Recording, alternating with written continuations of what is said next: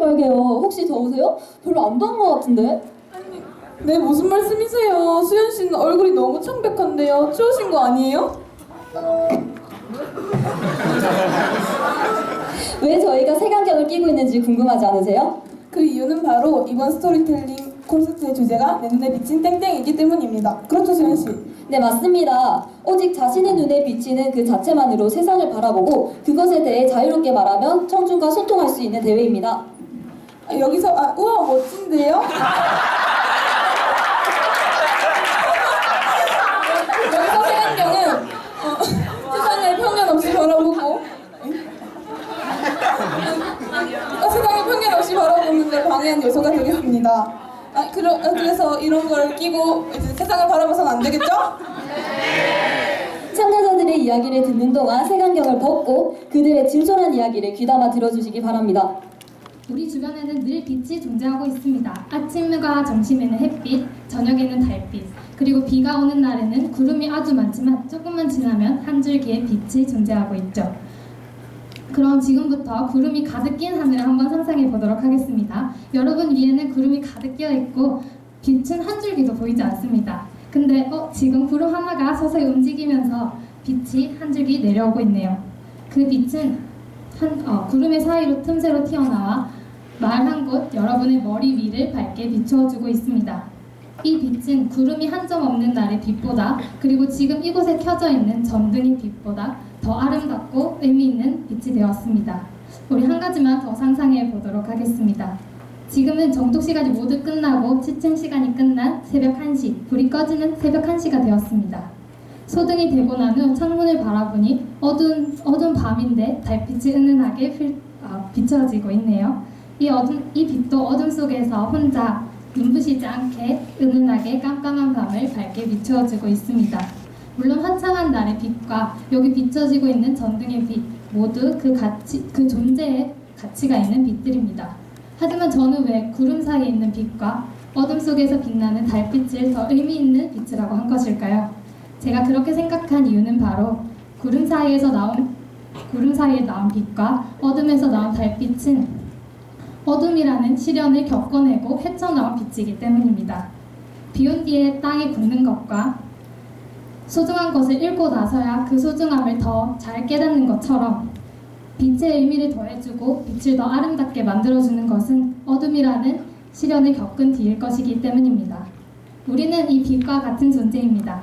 저는 고등학교 1학년이라 아직 많은 삶을 살아본 것은 아니지만 누구나 삶의 시련을 가지고 있다는 것은 알고 있습니다.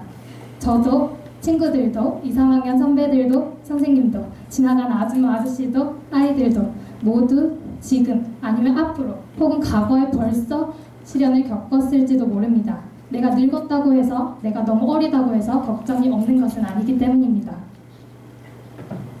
하지만 나는 빛이고 여러분도 모두 빛이기 때문에 어둠이라는 시련을, 구름이라는 걱정을 두려워해서만 하면 안 됩니다. 너 너무 두려워하지 마세요. 살기 힘들다, 살기 힘들지 마세요. 죽고 싶다, 죽고 싶지 마세요. 빛도 구름 위에 가려져 있을 때는 많이 무서웠을지도 모릅니다.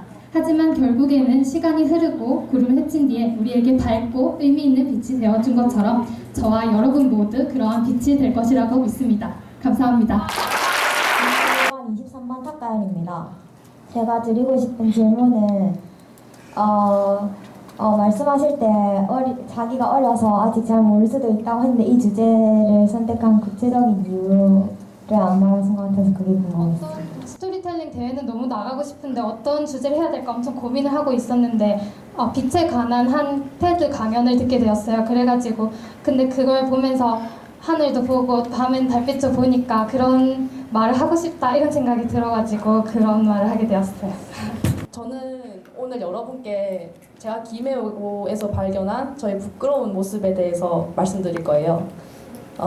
어쩌면 성숙한 여러분들께서는 가지고 계시지 않을 그럴 모습일 수도 있는데 저는 지금 현재 저와 닮았거나 아니면 닮았던 학생들을 위해서 제 메시지를 전하고 싶어 이 자리에 서게 되었습니다.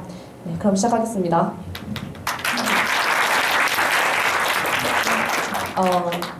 제가 발견한 저희 부끄러운 모습은 누군가를 향한 시기였습니다. 지금을 기억하지도 못할 아주 사소한 시기가 이윽고 그 누군가를 저를 평가하는 기준으로 만들게 했습니다. 정말 말씀드리기 부끄럽지만 그럼에도 불구하고 밝힙니다. 저는 저를 거의 하루 종일 누군가와 비교한 적도 있습니다. 꽤 복잡한 요인도 섞여 있을 수 있었겠지만 분명한 건 저는 온전한 저를 찾지 못했다는 것이었습니다. 그런데 결과를 보고 느낀 것이 있었습니다. 아, 나는 내 실력의 완벽함을 위해서 공부를 했던가? 아니면 그저 옆에 친구들보다 많이 공부하려고 또는 그들을 이기려고 공부를 했던가? 내가 그동안 추구했던 진정한 배움이란 이런 것인가? 나는 공부를 왜 하지? 저는 교육에 참 관심이 많은데요. 전 사실 시험을 위한 공부, 또 암기하는 공부에 상당히 비판적이었습니다. 그런데 제가 생각을 바꾼 것이죠. 사실 고등학교에서 우리는 다양한 과목을 접하고 배울 수 있습니다. 그리고 시험은 그것을 가르쳐주신 선생님들께서 우리가 얼만큼 배우고 익히고 적용하는지 그것을 평가하시는 것이라고. 하지만 그 평가가 우리가 좋고 나쁨을 평가하는 것이 아니고 또 누가 더 낫고 못하고를 따지는 것이 아니라 나를 생각에 빠지게 하고 또 그 시험을 위해서 좀 더 스스로를 준비하고 배우고 익히게 하는 것이라고. 그리고 이때 배운 것은 훗날 어디엔가 분명히 쓰일 것이라고. 암기가 목적이 아니라 배우는 것이 목적인 것입니다. 그리고 지금 우리에게 닥쳐오는 이 배움들을 그냥 넘기지 않고 우리가 무엇을 더 캐낼 수 있는지 고민하고 더 배우는 것이라고. 하나를 가르쳐주면 열을 알듯이요. 이렇게 생각하자 이때까지 친구들과 비교했던 것이 와르르 무의미하게 무너졌습니다. 사실 우리는 배우고 있는 것입니다. 다른 친구들과 함께. 그 공부가 어떤 공부든 선생님께 배우고 있는 것입니다. 배우는 것에는 왕도가 없습니다. 배우는 것에는 약간의 속도는 있을지 몰라도 근본적으로 그 어디에도 차이는 없습니다. 배우는 것은 배우는 것밖에 남지 않습니다. 지금 한번 상상해 보셔도 좋습니다. 뭔가 배우겠다 마음 먹어보세요. 누군가와 비교할 수 없을 것입니다. 2학년 5반 배지현입니다. 아까 말씀 중에 경쟁이 협력을 토대로 해서 해야 한다고 했는데 어떻게 하면 경쟁이 협력을 토대로 할 수 있을지 내 사랑에 세상도 양보한 널 나 끝까지 아끼며 사랑할게. 약속해줘. 서로만 바라보다 우리 모든 날 같은 날에 떠나. 이건 제가 제일 좋아하는 노래 가사예요. 저도 이렇게 좋은 노래 가사를 한번 또 써보고 싶어요. 사실 여기에 음악 전공 교육까지 받고 있는 학생이 있다는 점에서 참 부끄러운 말이긴 하지만 이번 오는 9월달에 작년처럼 또 자작곡 발표가 한 번 더 있을 예정입니다. 근데 문제는 뭐냐면은 작년에는 진짜 엄청 생각나는 대로 그냥 한 번에 써가지고 발표를 해가지고 흥행이 엄청 좋았거든요. 근데 이번에는 이상한 게 몇 번을 생각하고 몇 번을 고쳐 써도 도저히 마음에 드는 게 안 나오는 거예요. 참, 예. 노래가 가장 잘 생각날 때가 언제인지 아세요? 잘하고 계시대요. 뭐 그런 것도 있을 수 있겠지만 제 경험상으로는 시험 친 직후 이틀, 시험 치기 직전 일주일, 그리고 수학 시간에 제 노래가 생각이 잘 나거든요. 근데 이 모든 게 충족이 되는데도 불구하고 요새는 이렇게 골머리를 앓고 있는 겁니다. 예, 저는 그 솔리언 노래 상담원으로 활동하고 있거든요. 근데 어느 날 상담쌤이 저한테 갑자기 돌발 질문 한 개 던지셨는데 그게 뭐냐면은 지연아, 만약에 지연 여자친구가 왕따라면 어떻게 위로해줄래? 라는 거였어요.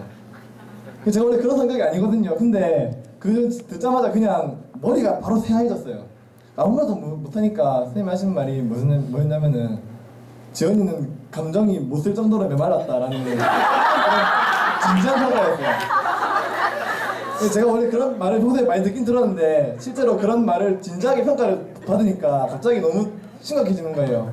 아, 내가 진짜로 감정을 잃어버려 가는 건 아닐까 하고.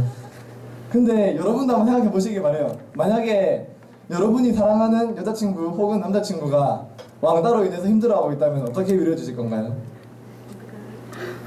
이거에 대해서 쉽게 대답할 수 있는 사람이 여기서 몇 명이나 될까요? 제 생각에는 별로 없을 것 같거든요. 그리고 몇 명은 아마 이렇게 말할 것 같아요. 여친이 없어서, 남친이 없어서 잘 모르겠는데요.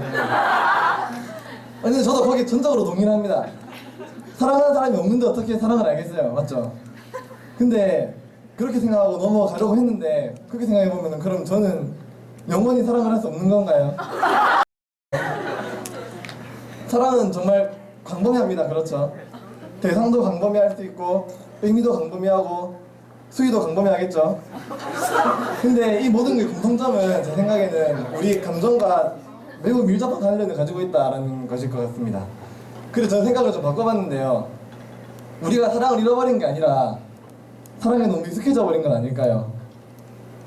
만약에 정독실에 생일 축하 아니면 시험을 잘 쳐라는 포스트잇이 붙어 있다면 그건 분명히 당신의 생일을 기억하고 있고 당신이 시험을 잘 치길 바라는 그 누군가가 있다는 말이겠죠. 이건 정은수입니다.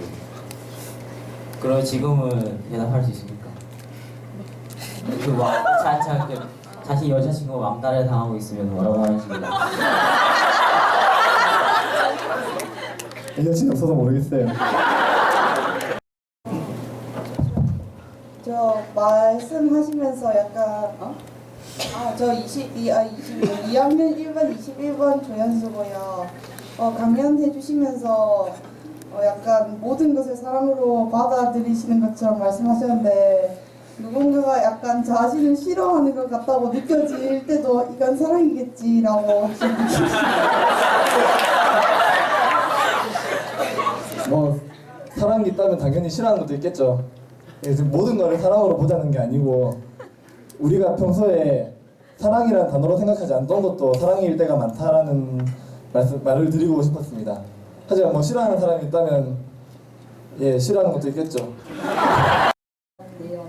사랑의 중요성을 말씀해 주셨는데 그렇게 잊고 있었던 사랑을 자각하는 방법은 어떤 것이 있는지 말씀해 주셨으면 좋겠습니다.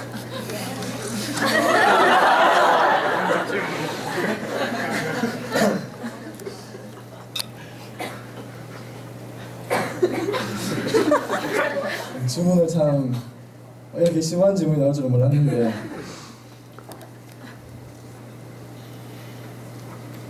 만약에 그러면은 학생이 받는 거를 그대로 학생이 돌려준다고 생각을 해보세요. 만약 한 사람에게 그거를 그대로 돌려준다고 생각하면은 그 사람을 어떻게 생각하고 돌려주는 것일지를 같이 입장을 바꿔서 생각해 보시기 바랍니다. 그리고 사실 그런 구체적인 방법을 함께 찾아가도록 하기 위해서 여러분을 유인해 준 거지 그 답을 찾아주는 거는 저의 강연의 목적이 아니었다고 생각합니다. 차이를 공유합니다. 김불 스토리텔링 콘서트